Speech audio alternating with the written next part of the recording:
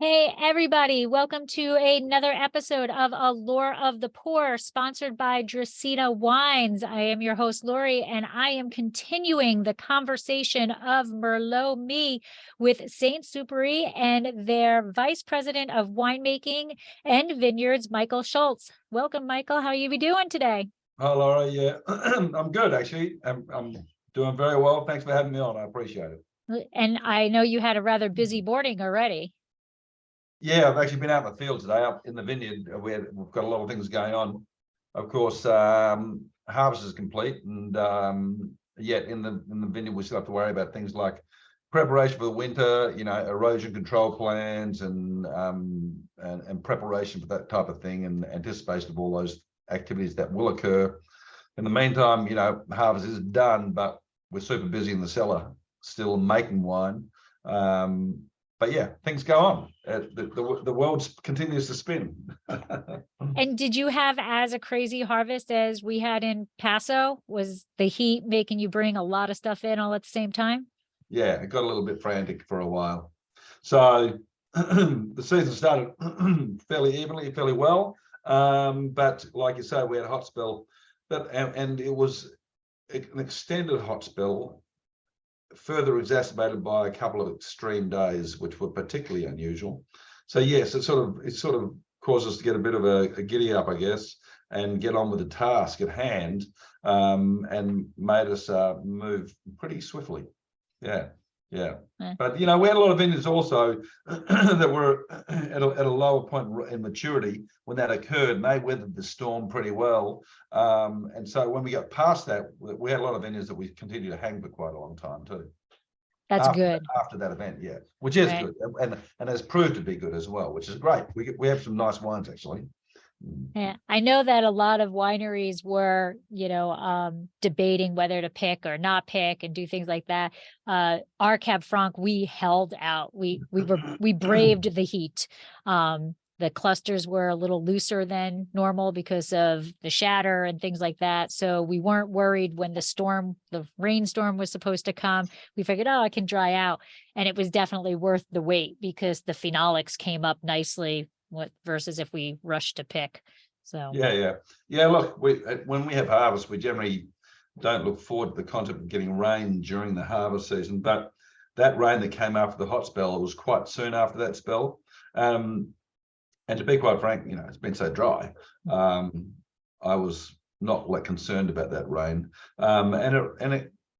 I did hear that it caused a little bit of a havoc for a few people, but not much. I mean, generally it sort of gave the vineyards a bit of relief, I think, which is actually quite good. Right. Yeah, Absolutely. Absolutely. So let's get into talking about St Supery and Merlot. So let's talk about you first and your background. How did you come to wine? I sort of grew up in the business. So my dad was a grape grower, and he was a grape grower. And so I grew up around that all my time. Of course, his friends were winemakers and also vineyard grape growers as well. And so, if I wanted to earn pocket money, that's what I'd be doing. I'd be out in the field digging holes and pounding posts and planting vines and pruning and driving tractors and what have you. So I sort of grew up in that field. What got me into it was that essentially, and then, as all young teenagers trying to work out what the heck to do, one of my dad's good friends was a guy called Peter. I'm from Australia, of course, and I'm from the Barossa Valley, and so I couldn't tell. Yeah. And so Peter Lehman was a good friend of my dad's, and so he'd be over at our home regularly. And so I was just around that sort of that scene growing up, and he gave me some thoughts and some ideas, and I followed through on some of that, and that led me to launch myself into college and get through a very old, famous agricultural college down there called Roseworthy. And I studied winemaking there, of course. And then, that's just how it came about. But really, how did I get into that? Just I kind of was I guess I was born into the grape side of things, really. Yeah.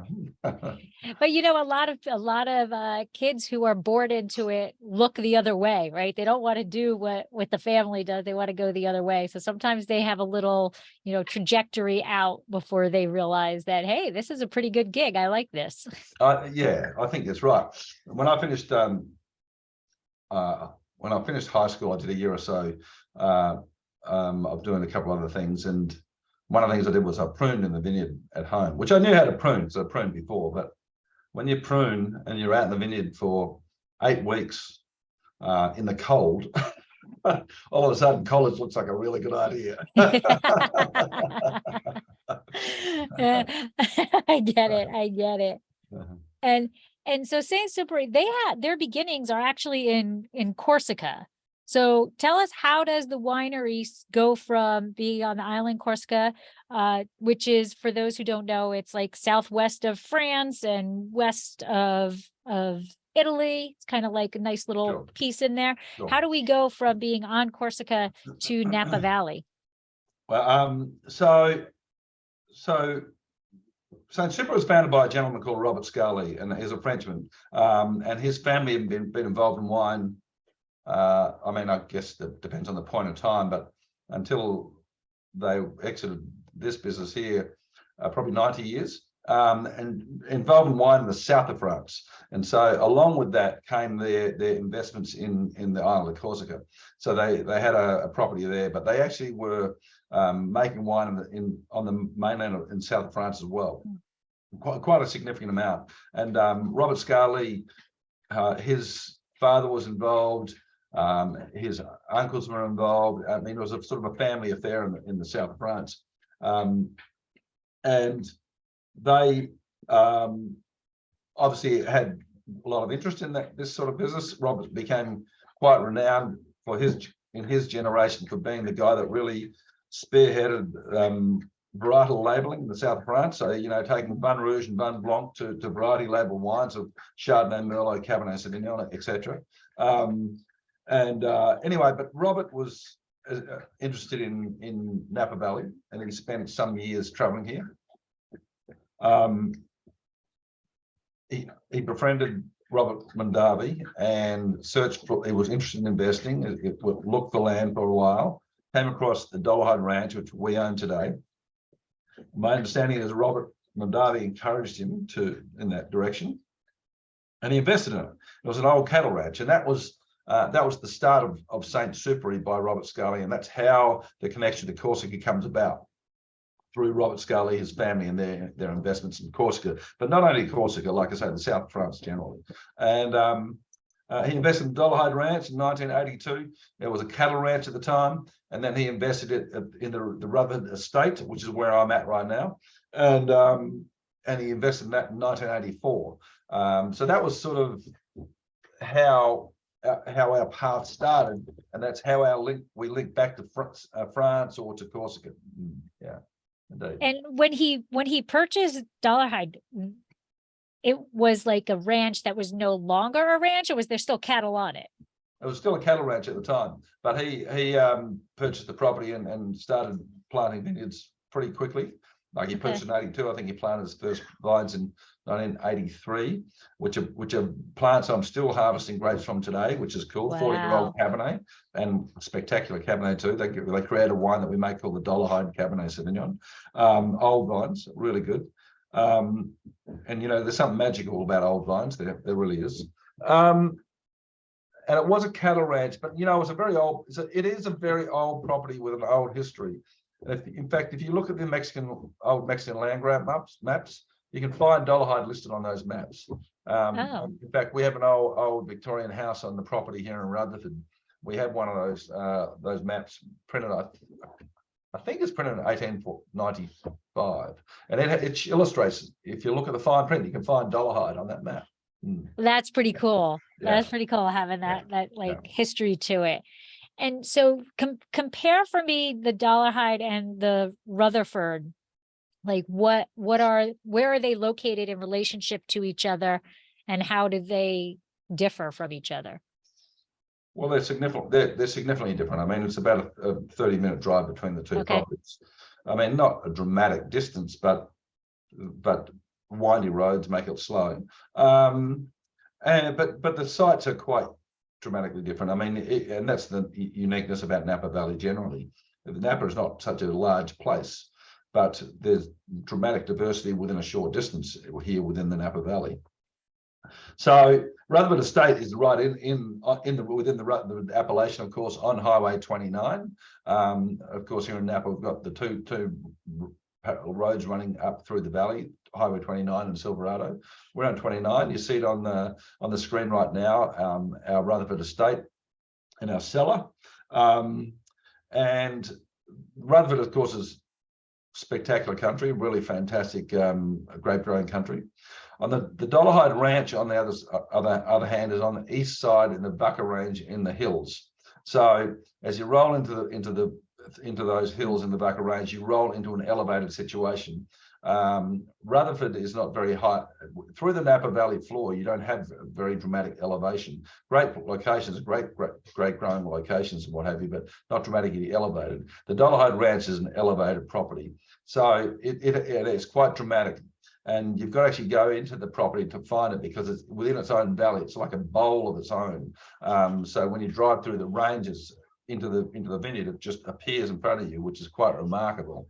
It starts as you drive in the gate. The elevation there starts at about 700 feet, 700 or a little more, 750 perhaps feet, and then and on the property it'll elevate all the way up to 1100 feet for our highest vineyard. So more of an elevated site, more of a mountain sort of feel in the wines it makes, and what have you. And as you see it in the screen right now, it's quite a diverse location, and we have a lot of different soils. We have like seven different variations on the property. So a lot of diversity on the property. We have flatter lands, which have deeper soils, which typically carry our Sauvignon Blanc plantings.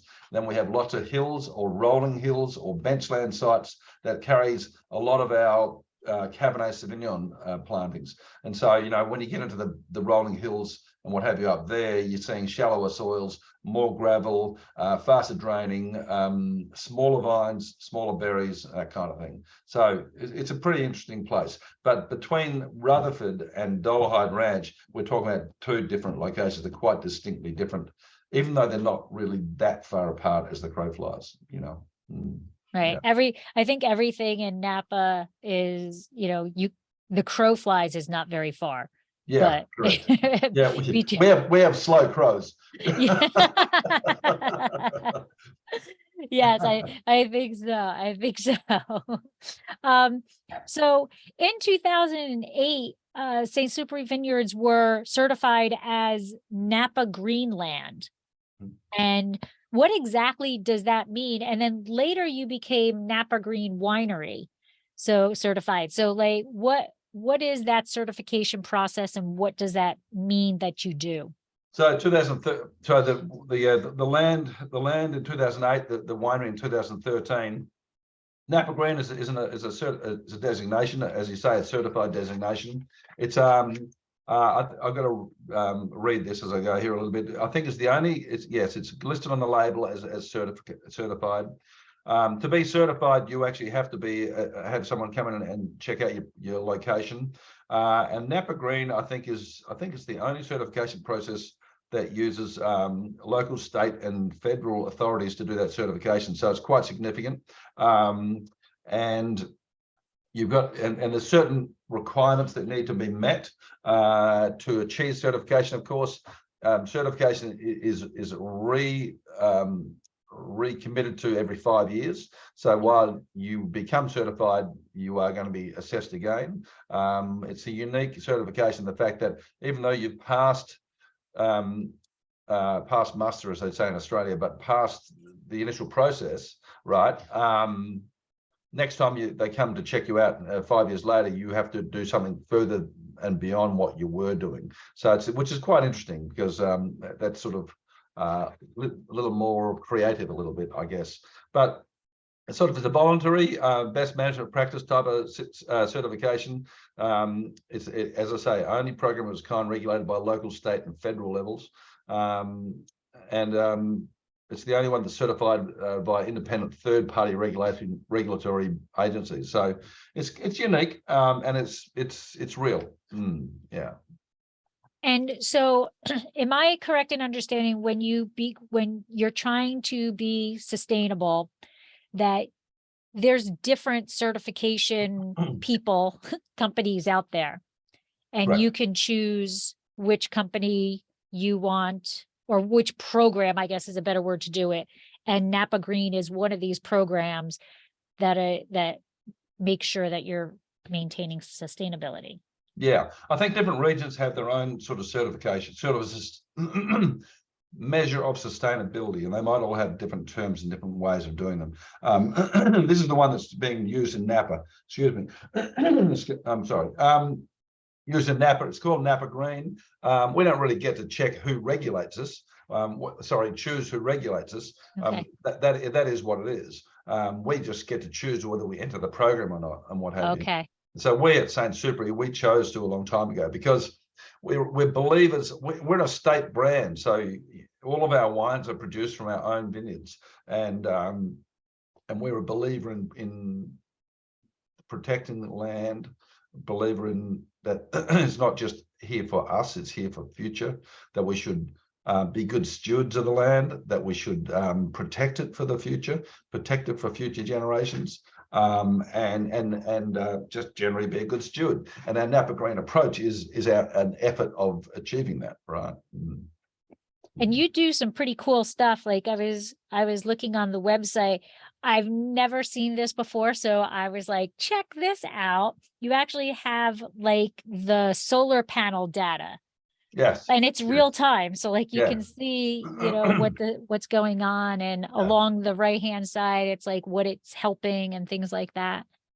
Yeah, look, so we have two. If you look at the label that it's on the screen there now, there's two different certifications there: Napa Green Land and Napa Green Winery. And so when we talk about Napa Green Land, we're talking about vineyards, and that's sort of kind of what's expected when you talk about sustainability, is that you're farming in a sustainable fashion, in an effort to focus on soil and water conservation, and sort of restoration of watersheds and so forth, and looking after the natural progression of that land. But with Napa Green Winery, we're also looking about what we can do in the cellar.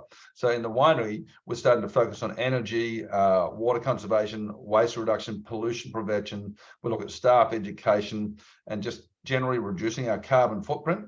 And so part of that with the report, with the concept of energy, we try to reduce our energy use. And we do that with simple things like changing light bulbs out to more efficient light bulbs, for example. But what you're talking about with energy generation, yes, we have our property is loaded up with solar panels to capture energy. And we have displays and printouts that indicate how much energy we are capturing.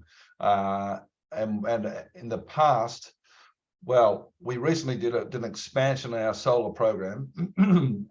So we built some structures to enhance our cellar operations, but structures that allowed us to install more panels. And before that, I think we were generating about 70% of our power. We have recently completed this, and we think at this point we are going to be close to generating, if not generating, 100% of our power usage through a year. Wow.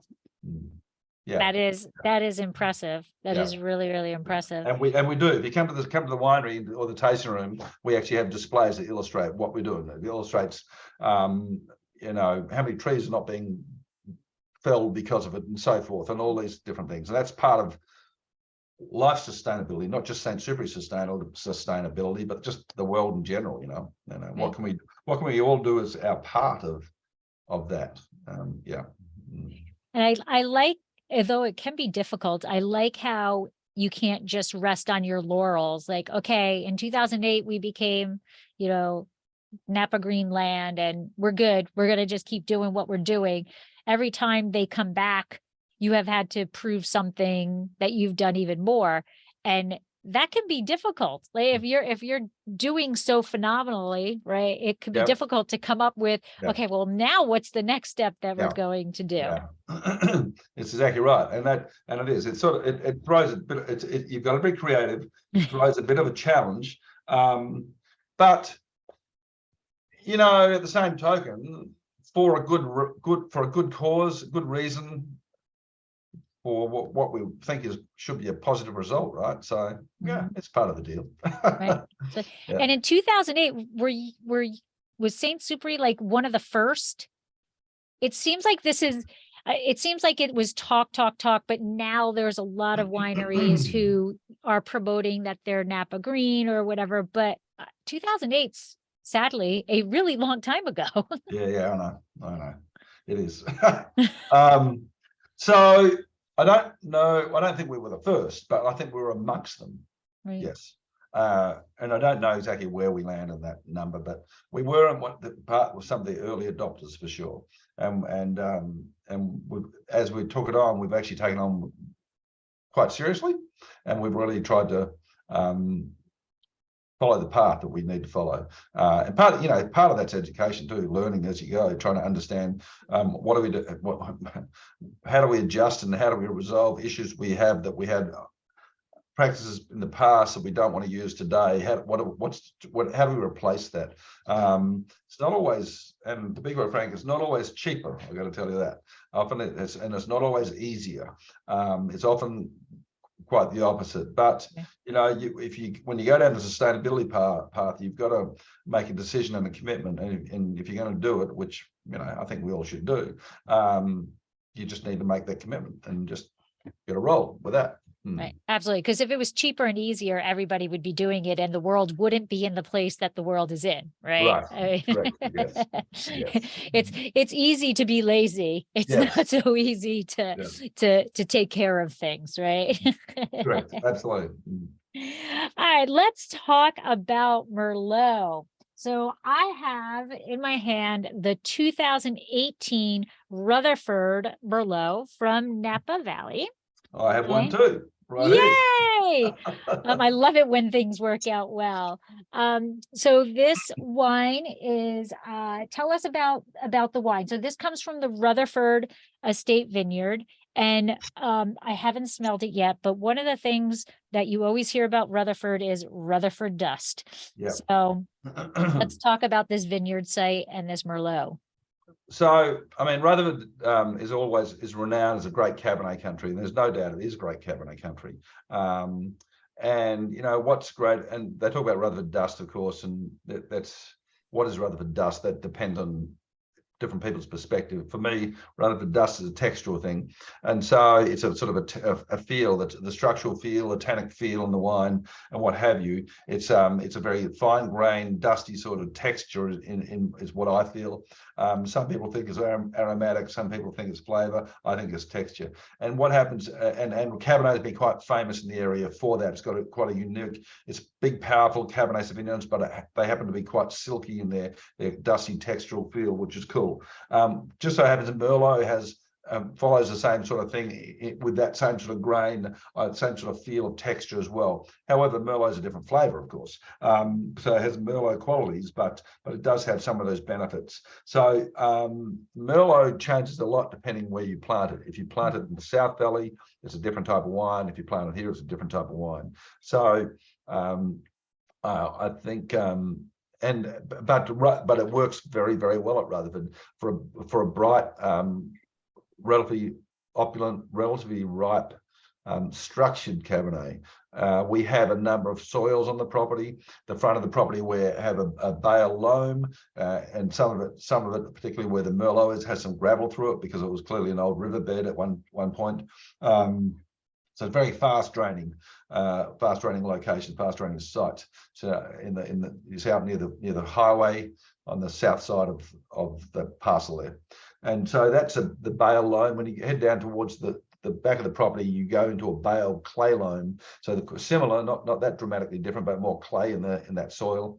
And the unique thing about Cabernet Sauvignon, about Merlot, is that it can grow quite well in clay soils. In fact, even in all the way back to Old World, all the way back to Bordeaux, you'll see Merlot is in clay soils, but you won't see Cabernet in those soils. So Cabernet doesn't like it nearly as much, but because the clay soils don't drain quite as quickly. But Merlot does handle it quite well. So it's a good site. It's a good location right here in the center of Napa, in the heart of Napa, and that's where we grow our Merlot. Yeah. And now if we go back to that site, I don't know if it's my screen, but so you had said that you're growing Merlot towards the front and the back of Correct. that, right? And so the front is the clay. No, and the opposite. The front okay. is the loam, so and the back of the clay loam. So when you talk about loam, if you talk about a loam, you talk about silt, sand, and clay. If you have a clay loam, it's heavier in clay than the others. If you have a sandy loam, it's heavier in sand than the others in its blend. So in the front of the property, we're more of a sandy loam. In the back of the property, more of a clay loam is what happens. So in the front of the property is sort of on the picture, so sort of on the left-hand side in the bottom, and in the back it's on the right. Right. Sorry, yeah, on the right-hand side in the also in the bottom. So they're a little different from each other. The Merlots they produce are a little different than each other. The front of the property is a little more bright and opulent and aromatic, and it's also a little more structured, quite dense, quite structured in its situation. Also, you see, because it's a sandier site, you see more high drainage, and there's more gravel there, so higher drainage. Therefore, you see your berries are a little bit smaller than the back, even though they're both the same varietal. The back has got a little more clay, so it carries, it holds water just a little easier. It's not waterlogged soil, it drains quite very well still, it just holds a little more.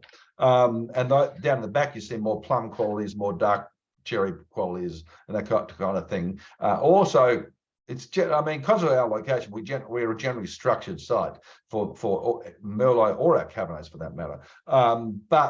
But probably a little more supple, a little more gentle in its feel in the back of the property than the front. The front's more powerful. And then when you're blending, nobody really talks about clones of Merlot, but it's the same clone throughout.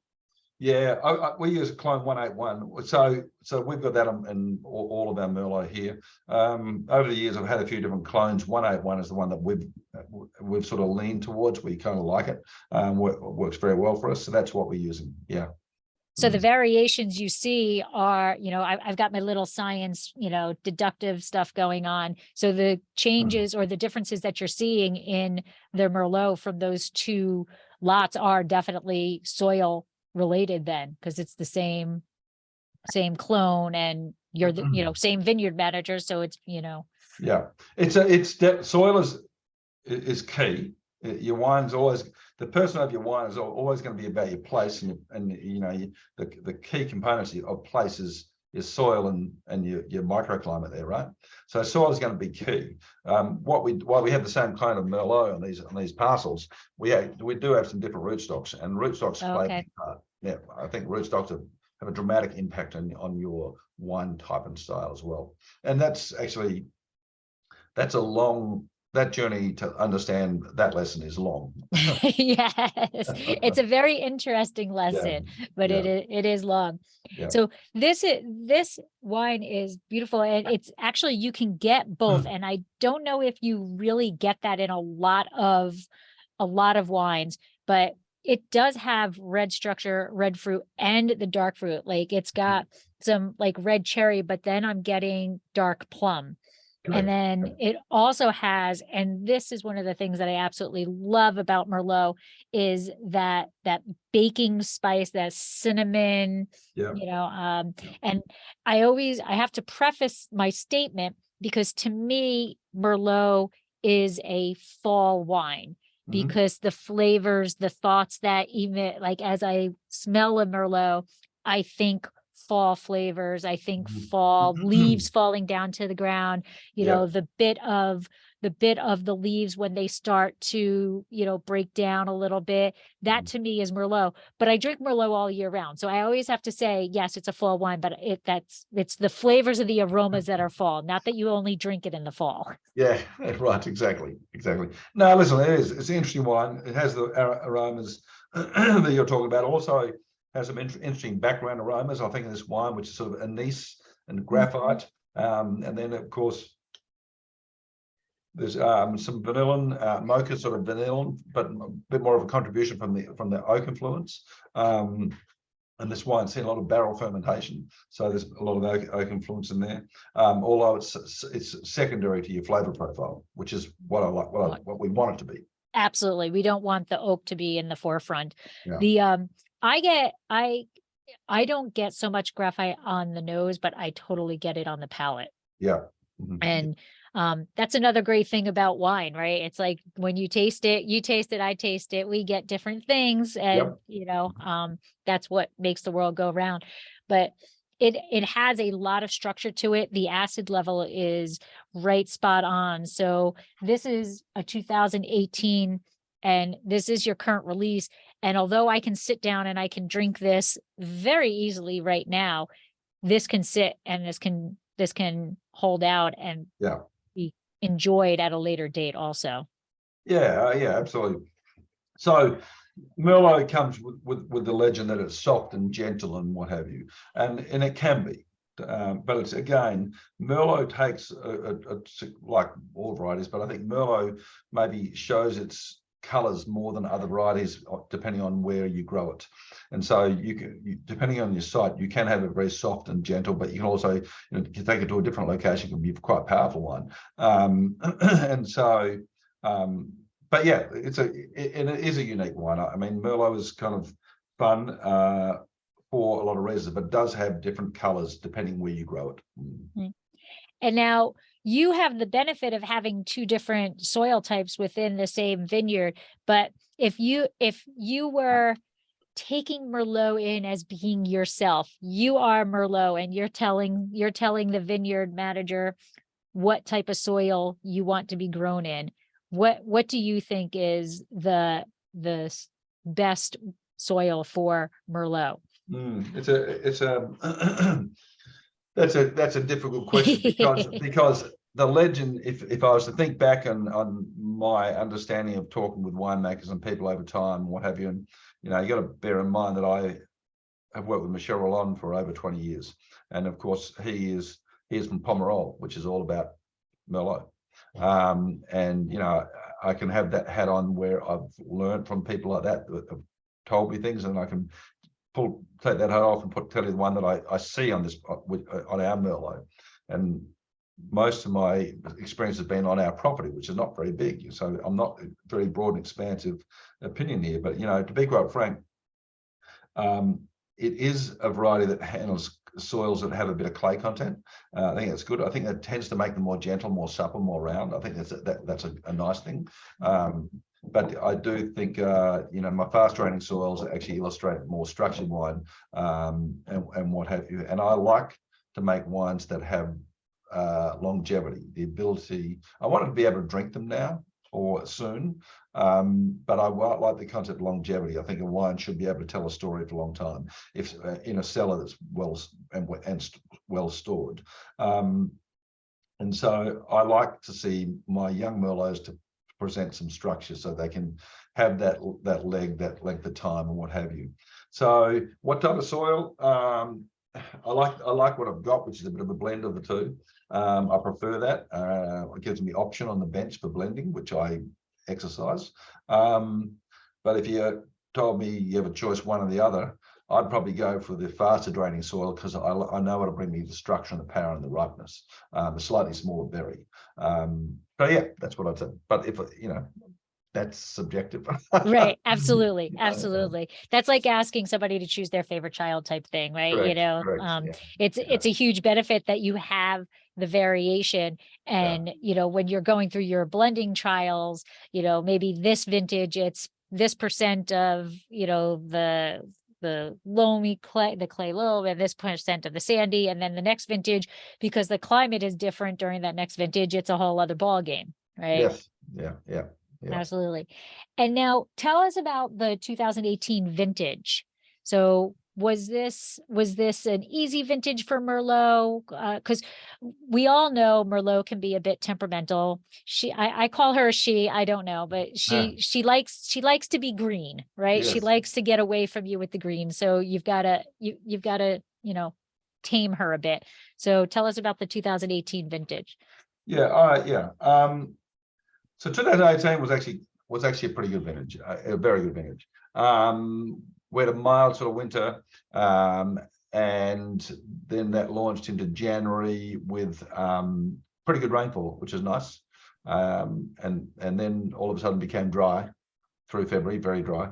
And then March and April brought around a lot of rain, which is good. Good. Any of those times you get that rain is fantastic because it sets up your whole season, your whole year. And then that launched into a pretty nice entry into the spring.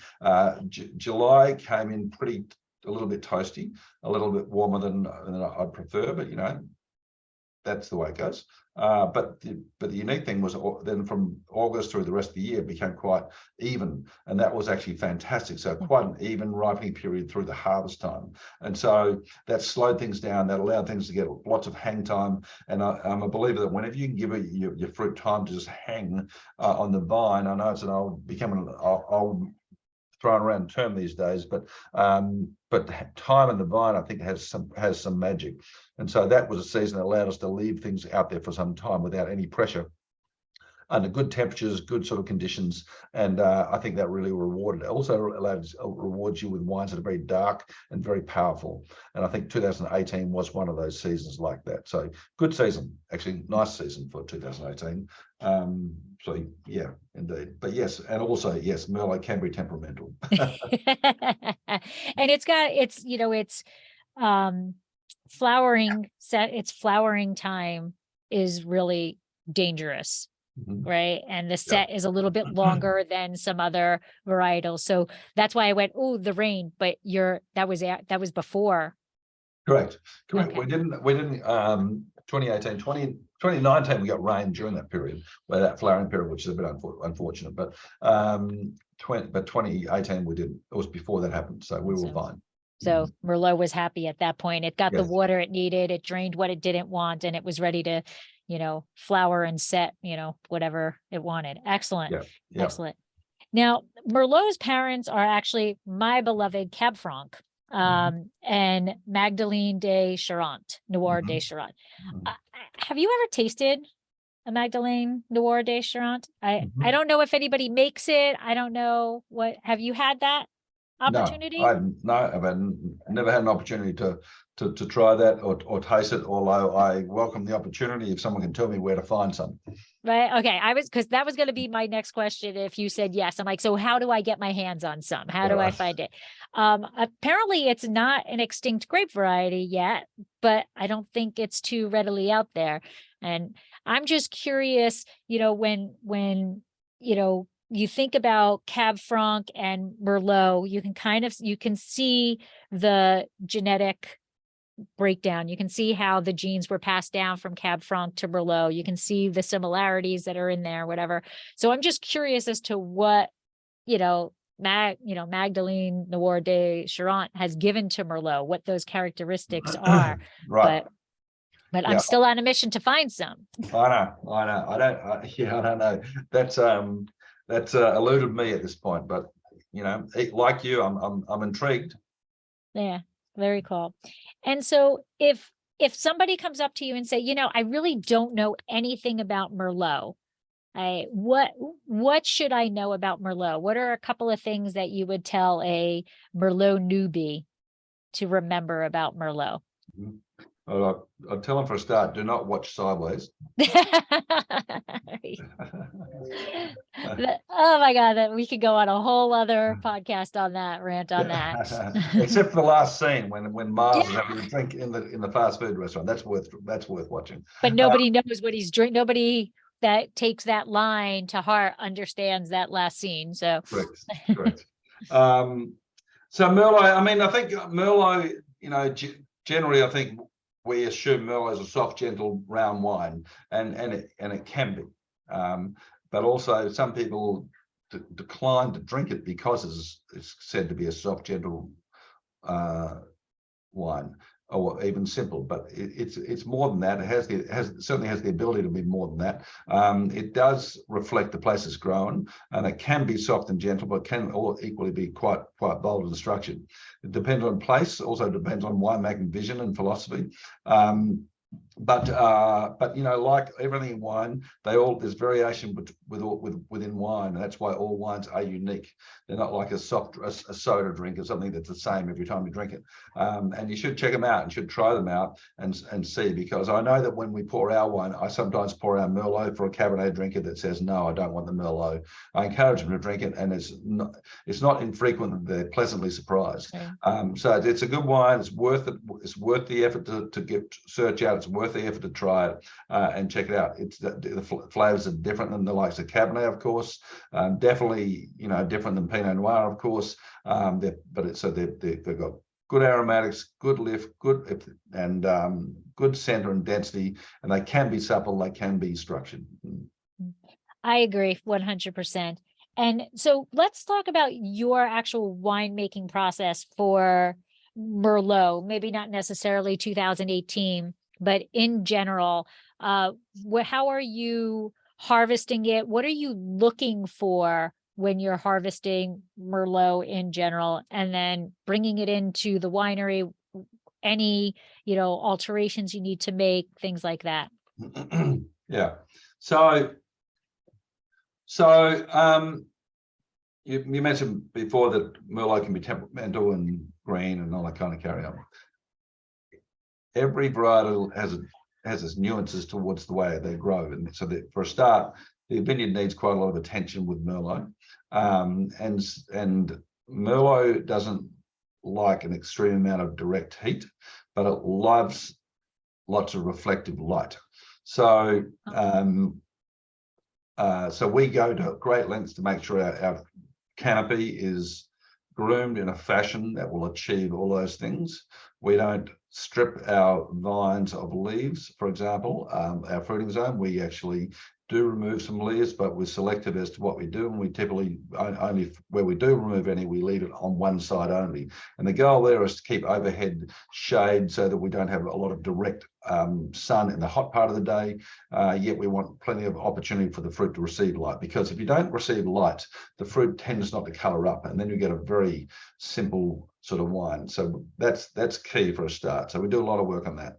Also, we do a lot of work on even crop load, so an even fruit display. That's important. That also is partly to encourage even sunlight around the cluster, all part of the same thing. So there's a lot of work done in the field before we ever think about getting it to the winemaking, into winemaking and what have you. But when we do get to that point of calling a harvest, we harvest at night. And we do that, we typically start sometime around midnight or 2 a.m. And we harvest by hand. We do it because it's cold at that stage. One thing about Napa Valley is when in the summer we have nice warm days, but we have very, very cool nights. And that's a great thing from the point of view of how you initiate your winemaking, because we have a natural chill on the fruit in the vineyard. Much easier to chill your tank of grapes out in the vineyard before you pick them than it is in the tank as a big, massive grapes. So we actually do that. We pick at night. Also allows us to get the fruit. Cold fruit is easier to get into the tank in better condition.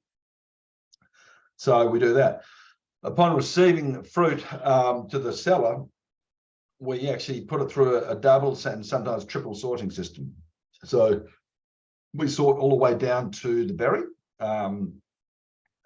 So initial sort is a cluster sort, and then we as we have people check out clusters, they remove anything that doesn't look like a spectacular cluster, whether it be, you know, leaves or twigs or a misshapen cluster for some reason, and then that goes to a destemmer.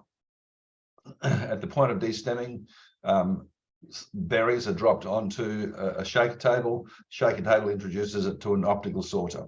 You're seeing that system operating on the screen right now, actually.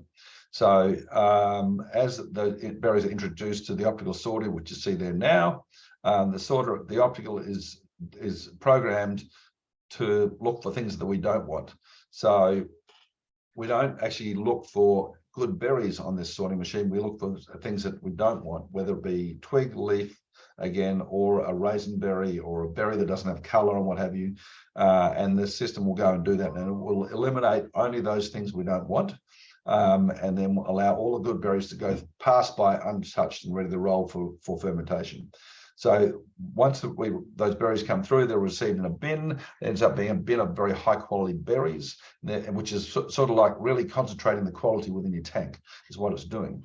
And so that's that's all the things that happen before we get to the fermenter. At that point, we actually are ready to deliver to the fermenter, which we do. We deliver to our fermenter. We are generally doing small lot fermentation. So we have a lot of, I don't know, we have a lot of small tanks. And so we do a lot of small lot fermentation. We have different types of fermentation. So we have open top stainless tanks that'll hold up to about 5 tons of fruit, down to concrete fermenters that'll hold 3, and oak vats that'll hold 3. And then we actually do some barrel fermentation. There's our concrete tanks there and oak vats, and then then we have barrels, individual barrels, where we actually do barrel fermentation in the barrels with those sort of berries. And there you see actually one of the guys taking the head out of the barrel so that he can fill it with berries. And that's quite the task to buy a brand new barrel, dismantle it, fill it with berries, and then actually rebuild the barrel. But we do that with quite a few barrels, and it's a lot of work. And then those barrels end up being placed on a rolling rack, and to macerate, we actually spin the barrels. So quite interesting. There's a rolling rack. There's a rolling rack right there. And so Merlot actually reacts quite well to this process. However, for every barrel we ferment in are new barrels only. So we just barrel ferment in new barrels, and every barrel actually only produces half a barrel of actual wine at the end of the day. So it's a pretty arduous process. So that's one of the components we use in our Merlot production. And this wine here, I think it's seen, I think more than half of this blend is barrel fermented. But then with concrete and oak vat, the oak vats, they tend to produce the most powerful, most dense wines. And then the concrete produces a minerally sort of wine that's got a little bit of that sort of forest floor feel about it. And the stainless steel gives us fruit opulence, real fruit drive, and good out and juicy, fruity sort of aromatics and what have you. And all of them become components that become useful on the bench, like I was talking about before, on the bench for blending and so forth. So we do a lot of things. That's all what we use for the vinification process. Of course, in the small tanks that we use, they're pumped over. So of course, fermentation occurs. The skins float to the top, create what we call the cap. Juices on the bottom. Juice, of course, of almost all red grapes is clear, so we need to extract the color and tannin and the good structures from the skins. So we'll pump them over, as you see here, with a sprinkler device, and that'll just put the juice over the skins. It'll trickle through the skins and drag out all those good qualities. And we can do that. We actually have the ability with a lot of our tanks to do punch downs as well. Punch downs is a simple old world approach, going back to old world concepts, and really just allow us to break up the cap. And the reason we do this as much as anything is so that when we do a pump over, that the pump over is more efficient, so we can do less movement for more positive results. So a lot of things going on and what have you. We do, like I said, a lot of what we do here, Laurie, is in small lots. And so therefore in small lots means we have lots of little barrel groups at the end of the day. So once we finish the vinification, and we'll be on skins there for about 3 weeks or so. Sometimes a bit more, sometimes a touch less. But at the end of vinification, we will actually drain off the barrel and then press our skins. And then all of these different tanks end up with it being lots of different barrel lots. And so therefore we have opportunity to let them sit in barrel, mature over time. And then 15 months later, we'll come to looking at our blending pot opportunities, and all of those different aspects, barrel fermentation, concrete, oak vat, stainless steel, become variations that we can use across our blends. and those variations are exacerbated, or really they're multiplied by the number of different blocks we have in the vineyard, you know. So we have a lot of stuff going. Yeah, I would say so. That's not, that's a lot of different things. Now the fruit in the barrels themselves, that's kind of like a closed kind of carbonic maceration concept. Like, because you're Yeah. fermenting, but on the whole skin, on the whole berry. So you're letting the juice come out on its own. Yes. Yeah. So there's a little bit of that, but also what it does is it actually creates a very powerful wine that is quite Yeah. supple, but quite round, quite supple, quite gentle, yet very powerful, which is almost like an oxymoron. Big, bold, dense, but gentle and graceful and charming. Yeah, that is very cool. But it's a lot of it takes a lot of work to achieve a little bit of wine. Yes, but but that's what makes the quality of it. So, like, I'm going to backtrack to something you had said, previously about, the wine doesn't taste the same every vintage. It's that's something that you want people to realize, is that it changes vintage to vintage, and that's one of kind of the things that I try to educate some people on, is that if you're drinking a wine, because there's people out there who buy wine specifically because it tastes the same year after year. And I try to say, well, I'm not telling you not to drink that wine, but you kind of have to think about, how does that happen? Right. that you're drinking the same wine no matter what the vintage is, no matter how Mother Nature was. If it's tasting the same every year, just think that through. Yes. Yes. There's a reason there's a date stamp on the front of every bottle, and that's because there's a story about the season. Right, absolutely. And now with all of those different processes, that really does allow you to have fun, for lack of a better word, during blending trials. Because there are so many different variations. Correct. Yeah.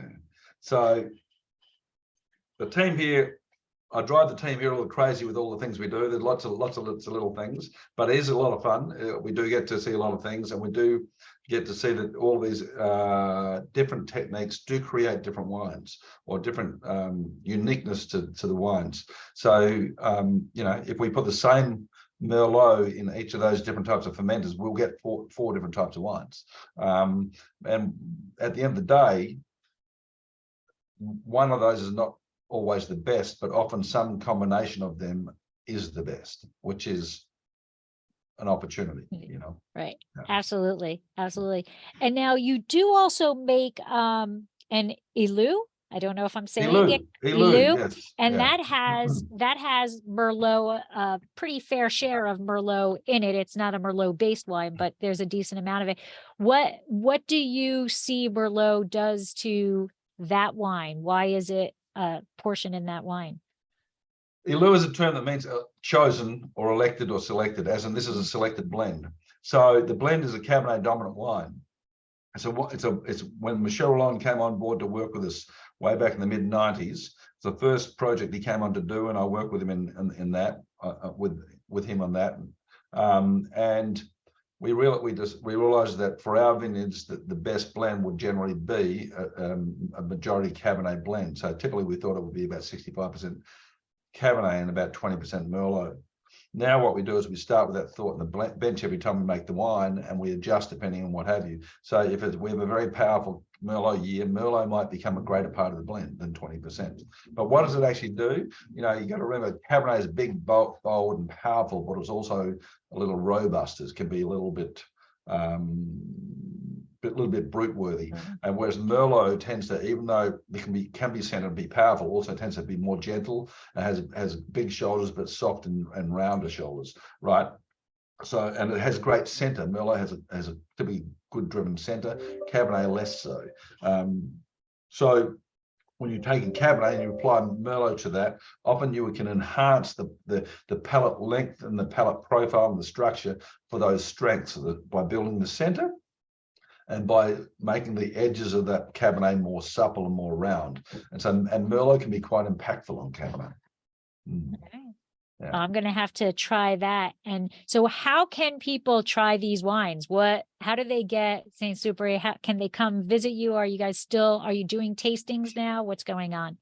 Yeah. I mean, yeah, we do. Absolutely. We've got a terrific tasting room and some really cool It's stuff. beautiful. Yeah, really, we got some great educators here that will take people for a walk through some wines, and we have different options. We have food and wine pairing options and what have you. But here in Rutherford at St Supery, of course, you can find information about us or our wines or buy our wines online at stsupery.com.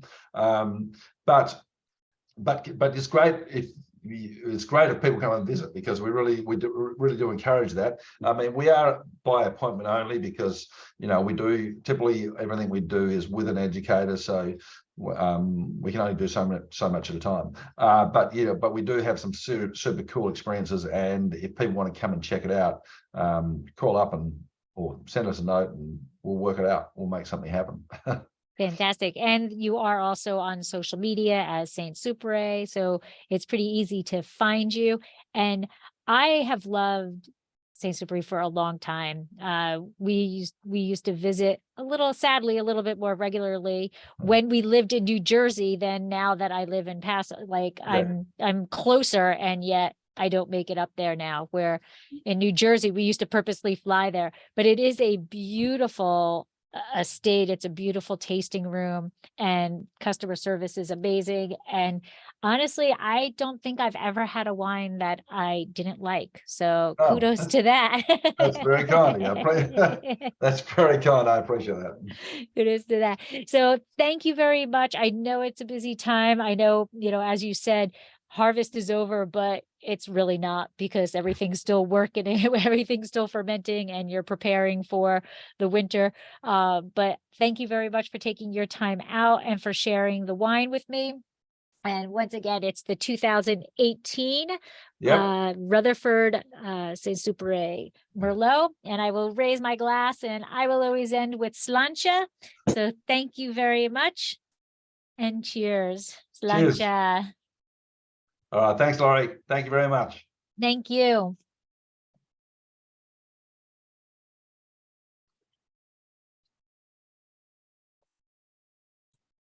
Okay. Are we done recording?